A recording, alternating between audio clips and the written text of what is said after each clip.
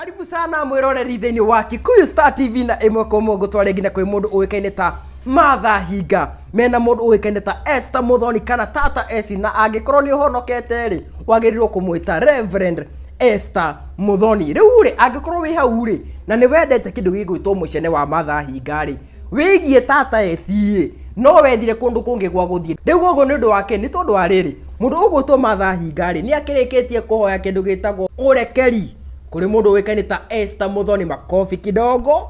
Yes, ndeuga atiriri ati mundu wikaine ta Esther Muthoni ni akihithuritie agakiuga atiriri ati ye na Martha Hinga riu ni arata, na ati Tata Esi riu ye mwene ni agikiugite atiriri ati it's over with Martha Hinga and I, apology accepted. Kou ni gukiuga ati ni gukiuga atiriri ati mundu ugwitwo Martha Hinga ri mena Tata Esi ri ndugu yao ni ta yahana ta igugicokereria o ringi.